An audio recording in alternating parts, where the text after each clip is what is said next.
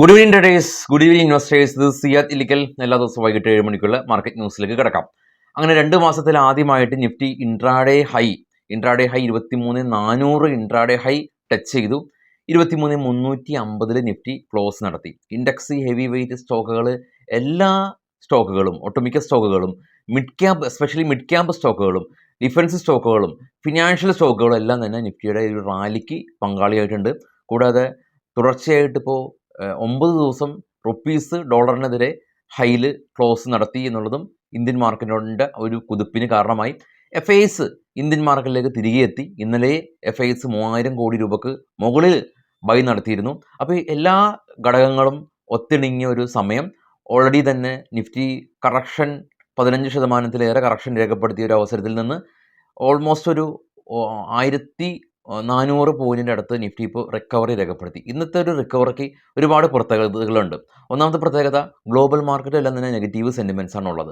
രണ്ടാമത്തത്, ഇന്നലെ US market നെഗറ്റീവായിട്ടാണ് close നടത്തിയത്. ഇന്നലെ അസഞ്ചറിൻ്റെ റിസൾട്ടിന് ശേഷം അസഞ്ചർ 7% ആണ് ഫോൾ ആയിട്ടുള്ളത്. അതുകൊണ്ട് തന്നെ ഇന്നത്തെ IT സ്റ്റോക്കുകൾ, ഇൻഫോസിസും വിപ്രോ എല്ലാം തന്നെ നെഗറ്റീവിലാണ് വ്യാപാരം തുടങ്ങിയത്. എന്നാൽ IT സ്റ്റോക്കുകൾ ഉൾപ്പെടെ കുറച്ചധികം റിക്കവറി രേഖപ്പെടുത്തി. കൂടാതെ യൂറോപ്യൻ മാർക്കറ്റും ഇപ്പോൾ ഒരു നെഗറ്റീവ് സെൻറ്റിമെൻറ്റ്സിലാണ് ഇപ്പോൾ ട്രേഡ് ചെയ്യുന്നത്. അവിടുത്തെ ഹിത്രൂ എയർപോർട്ടിൽ ഫയർ ആക്സിഡൻ്റ് ഉണ്ടായി. എയർ സർവീസ് എല്ലാം തന്നെ സസ്പെൻഡ് ചെയ്തു. അതുകൊണ്ട് തന്നെ ഇപ്പോൾ ഗ്ലോബൽ യൂറോപ്യൻ മാർക്കറ്റ് എസ്പെഷ്യലി എല്ലാം തന്നെ നെഗറ്റീവ് സെൻറ്റിമെൻറ്റ്സ് ആണ്. അതെല്ലാം തന്നെ മറികടന്ന് വെള്ളിയാഴ്ചയാണ് പ്രോഫിറ്റ് ബുക്കിംഗ് സ്വാഭാവികമായിട്ടും ഉണ്ടാകുമെന്നുള്ള ആ ഒരു എക്സ്പെക്റ്റേഷൻ എല്ലാം തന്നെ മറികടന്ന് 2 ദിവസം അവധി, അതെല്ലാം തന്നെ നെഗ്ലക്റ്റ് ചെയ്ത മാർക്കറ്റ് 150 പോയിൻറ്റിൻ്റെ ഒരു ഗെയിൻ രേഖപ്പെടുത്തിയ ഒരു നല്ലൊരു ദിവസമായിട്ട് ഇന്ന് നമുക്ക് കണക്കാക്കാം. ഇന്ന് സെൻസെക്സ് 557 പോയിൻറ്റിൻ്റെയും ഒരു റാലി രേഖപ്പെടുത്തി. 76,906 സെൻസെക്സ് ഉള്ളത്. മിഡ് ക്യാപ്പ് ഇൻഡെക്സ് ഏകദേശം 706 പോയിൻറ്റിൻ്റെ റാലി രേഖപ്പെടുത്തി. 51,851 ഇപ്പോൾ മിഡ് ക്യാപ്പ് സ്റ്റോക്ക് ഉള്ളത്. ബജാജ് ഫിനാൻസ് എല്ലാം തന്നെ ഓൾ ടൈം ഹൈയുടെ ഒക്കെ അടുത്താണ് ഉള്ളത്. ഇപ്പോൾ രാജീവ് ജെയിൻ എല്ലാം തന്നെ അവരുടെ അടുത്ത 3 വർഷത്തേക്ക് മാനേജിങ് ഡയറക്ടറൊക്കെ ആയിട്ട് തിരികെ വരുന്നു എന്നുള്ള ന്യൂസ്. മണപ്പുറം ഫിനാൻസും ഏകദേശം 10% അടുത്ത് റാലി രേഖപ്പെടുത്തി. ബ്രൈൻ ക്യാപിറ്റൽ ഇൻവെസ്റ്റ്മെൻ്റ് ആയിട്ടൊരു ഡീല് മണപ്പുറം ഫിനാൻസിലുണ്ടായിരുന്നു. അപ്പോൾ ഫിനാൻഷ്യൽ സെക്ടറാണ് ഇന്ന് ശക്തമായ രീതിയിൽ നിലകൊണ്ടത്.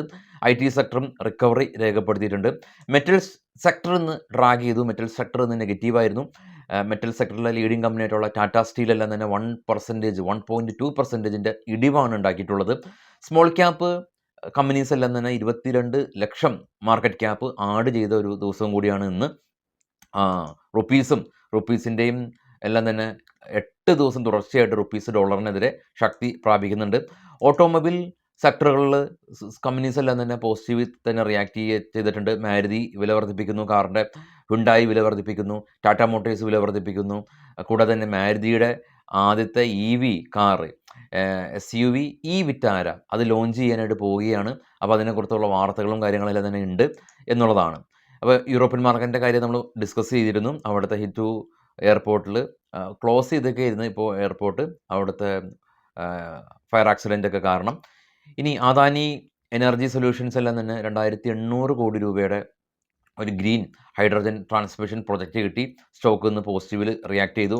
L&T കമ്പനിയെല്ലാം തന്നെ റിസൾട്ട്, അവരുടെ ഓർഡർ കിട്ടിയ ന്യൂസുകളെല്ലാം തന്നെ നമ്മൾ ഡിസ്കസ് ചെയ്തിരുന്നു. അപ്പോൾ അതും പോസിറ്റീവായിട്ട് റിയാക്ട് ചെയ്തിട്ടുണ്ട്. L&T കമ്പനിക്ക് പുതിയതായിട്ട് ബ്രിഗേഡ് ഗ്രൂപ്പിൻ്റെ ഭാഗത്തു നിന്ന് 5000 കോടി രൂപയുടെ ഫർദറായിട്ടുള്ളൊരു ഓർഡറും കിട്ടി. ബ്രിഗേഡ് ഗ്രൂപ്പ് ഓൾറെഡി തന്നെ ഇന്ത്യൻ മാർക്കറ്റിൽ ലിസ്റ്റ് ചെയ്ത റിയാലിറ്റി കമ്പനിയാണ്. ഇനി അതുപോലെ തന്നെ വാരീസ് എഞ്ചിനീയറിംഗ് കമ്പനി, അവർക്കും ന്യൂവാമ എന്ന് പറയുന്ന റേറ്റിംഗ് ഏജൻസി അപ്ഗ്രേഡ് ചെയ്തു എന്നുള്ള കാരണം കൊണ്ട് വാരീസ് എനർജീസും 4.5% റാലി കിട്ടിയ ഒരു അവസ്ഥയിലാണുള്ളത്.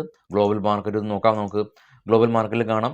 അപ്പോൾ ഹിത്രൂ എയർപോർട്ടിൻ്റെ ഇൻസിഡൻറ്റ് കാരണം FTSE UK, CAC 40 France, DAX German 3 മാർക്കറ്റും റെഡിലാണ് ഉള്ളത്. കൂടാതെ ഇന്ത്യ വിക്സ് ഇപ്പോൾ നിൽക്കുന്നത് 12.57 ഡോ ഫ്യൂച്ചർ കാണാം, നെഗറ്റീവാണ്. നിക്കി ജപ്പാൻ മാർക്കറ്റ് നെഗറ്റീവാണ്. കോസ്പി കൊറിയ ഫ്ലാറ്റ് ആയിരുന്നു. ഷാങ്ഹായ് ചൈന 1.2% ഡിവ് രേഖപ്പെടുത്തി. ഓസ്ട്രേലിയ ഫ്ലാറ്റ് ആയിരുന്നു. കൂടാതെ തന്നെ entire global market negative sentiments ആണുള്ളത്. കാണാം, ഓൾമോസ്റ്റ് എല്ലാ ഗ്ലോബൽ മാർക്കറ്റും നെഗറ്റീവ് സെൻറ്റിമെൻറ്റ്സ് ആണുള്ളത്. ജെറോം പവലിൻ്റെ പുതിയ പ്രസ്താവനയ്ക്ക് ശേഷം എല്ലാം തന്നെ ഓൾറെഡി ഡോവ് ഫ്യൂച്ചറിലെല്ലാം തന്നെ ശക്തമായ പ്രോഫിറ്റ് ബുക്കിംഗ് കണ്ടു. പിന്നീടാണ് അസെഞ്ചറിൻ്റെ റിസൾട്ട് വന്നത്. അതിനുശേഷം അസെഞ്ചറും 7% ഇടിവ് രേഖപ്പെടുത്തി. പിന്നീടാണ് യൂറോപ്പിൽ നിന്നുള്ള വാർത്തകൾ വന്നത്. അതിൻ്റെ ഭാഗമെന്നോണം യൂറോപ്യൻ മാർക്കറ്റും നെഗറ്റീവ് സെൻറ്റിമെൻറ്റ്സ് ആണ്. പക്ഷേ ഇപ്പോൾ സസ്റ്റെയിൻ ചെയ്ത് നിൽക്കുന്നത് അല്ലെങ്കിൽ കുതിച്ച് മുന്നേറുന്നത് ഇന്ത്യൻ മാർക്കറ്റ് മാത്രമാണ്. അപ്പോൾ FISൻ്റെ ആ ഒരു ആക്ടിവിറ്റി കാരണവും റീറ്റെയിലേഴ്സിൻ്റെ ഭാഗത്തു നിന്നുള്ള ശക്തമായിട്ടുള്ള ബൈയിങ് കാരണമാണ് മാർക്കറ്റ് മുകളിലേക്ക് പോകുന്നത്. അപ്പോൾ ഇതിൽ FISൻ്റെ ആക്ടിവിറ്റീസിനെ മാറ്റി നിർത്തിയിട്ടുള്ളൊരു റാലി നമുക്ക് ചിന്തിക്കാൻ പറ്റില്ല. FIS വന്നു, മാർക്കറ്റ് കയറി.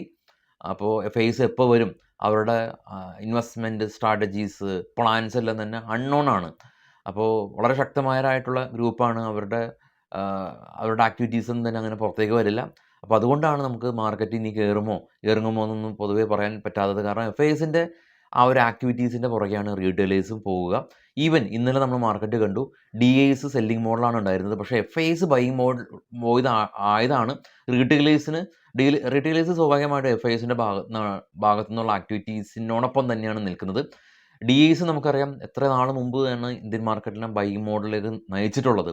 അപ്പോൾ അവരൊക്കെ ഇന്നലെ ബുക്ക് ചെയ്ത 3000 കോടി രൂപയുടെ അവരുടെ സെല്ല് ഓൾമോസ്റ്റ് അവരെല്ലാം തന്നെ 100% പ്രോഫിറ്റിലായിരിക്കാം DIs ഇന്നലെ സെല്ല് ചെയ്തിട്ടുണ്ടാവുക. കാരണം എത്ര നാളുകളായിട്ടാണ് മാർക്കറ്റിനെ അവർ സപ്പോർട്ട് ചെയ്തത്. ഏകദേശം ഒരു 1500 പോയിൻറ്റിന് താഴെ മുതൽ അവരുടെ ഭാഗത്തു നിന്നുള്ള ബൈയിങ് ഉണ്ടായിരുന്നായിരുന്നു. അപ്പോൾ റീസെൻറ്റ് ലോയിൽ, അതായത് നിഫ്റ്റിയുടെ വളരെ റീസെൻ്റ് ആയിട്ടുള്ള ലോയിലെല്ലാം തന്നെ ബൈ ചെയ്ത ആളുകൾക്ക് ഇപ്പോൾ എനിക്ക് തോന്നുന്നു ഏകദേശം ഒരു 20%-ന് മുകളിലെല്ലാം തന്നെ ഒട്ടുമിക്ക ഇൻഡിവിജ്വൽ സ്റ്റോക്കുകളെല്ലാം തന്നെ ഗെയിൻ രേഖപ്പെടുത്തുന്നുണ്ട് ഇൻവെസ്റ്റ്മെൻറ്റ് പുറത്ത്. അപ്പോൾ ആളുകൾ പേടിച്ചിരിക്കുമ്പോൾ ഇൻവെസ്റ്റ്മെൻറ്റ് നടത്തുന്ന ആളുകൾക്കായിരിക്കും ഏറ്റവും മികച്ച റിട്ടേൺ ഉണ്ടാകുക. അത് വാരൻ ബഫറ്റിൻ്റെ ഒരു ഫേമസ് തിയറിയാണ്. പക്ഷേ മാർക്കറ്റ് ഇടിയുമ്പോൾ അല്ലെങ്കിൽ നല്ല അവസരം ഉണ്ടാകുമ്പോൾ ലിക്വിഡ് ക്യാഷ് നമ്മുടെ കയ്യിൽ വേണമെന്നുള്ളതാണ് ഏറ്റവും ഇമ്പോർട്ടൻ്റ് ആയിട്ടുള്ള കാര്യം. നല്ല നല്ല സ്റ്റോക്കുകൾ സുലു വിലയിൽ അവൈലബിൾ ആകുമ്പോൾ ബ്ലൂ ചിപ്പ് സ്റ്റോക്കുകൾ നിഫ്റ്റി 50-ൽ തന്നെ ഏകദേശം 12ഓളം സ്റ്റോക്കുകൾ 52 വീക്ക് ലോയിൽ ട്രേഡ് ചെയ്ത മാർക്കറ്റാണ് ഉള്ളത് നമുക്കുണ്ടായിരുന്നത് അല്ലേ. അപ്പോൾ ആ ഒരു അവസരത്തിൽ നമുക്ക് ഇൻവെസ്റ്റ് ചെയ്യാനായിട്ട് കയ്യിൽ കാശ് വേണം. അതുകൊണ്ട് കുറച്ച് നമ്മുടെ പോർട്ട്ഫോളിയോയിൽ ലിക്വിഡ് ഫണ്ടുകളിലേക്കൊക്കെ അലോക്കേറ്റ് ചെയ്യുമ്പോൾ നമുക്ക് ലിക്വിഡ് ഫണ്ടുകളെല്ലാം തന്നെ മാർക്കറ്റ് പ്രൈസിൽ തന്നെ എക്സിറ്റ് ചെയ്യാൻ സാധിക്കും. അപ്പോൾ അതുപോലെയുള്ള പ്രൊഡക്റ്റുകൾ നമുക്ക് മാർക്കറ്റിൽ അവൈലബിൾ ആണ്. അപ്പോൾ ഇനി 2 ദിവസം പഠനവിധേയമാക്കാനായിട്ടൊക്കെ ശ്രമിക്കുക. ഞായറാഴ്ച നമുക്ക് കൊച്ചിയിൽ വെച്ച് ഓഫ്ലൈൻ ക്ലാസ്സുകളുണ്ട്. താല്പര്യമുള്ള ആളുകൾക്ക് ഓപ്ഷൻ ക്ലാസ് ബുക്ക് ചെയ്യാം. ഫസ്റ്റ് കമൻറ്റിൽ നമ്പർ കൊടുത്തിട്ടുണ്ട്. Thank you all.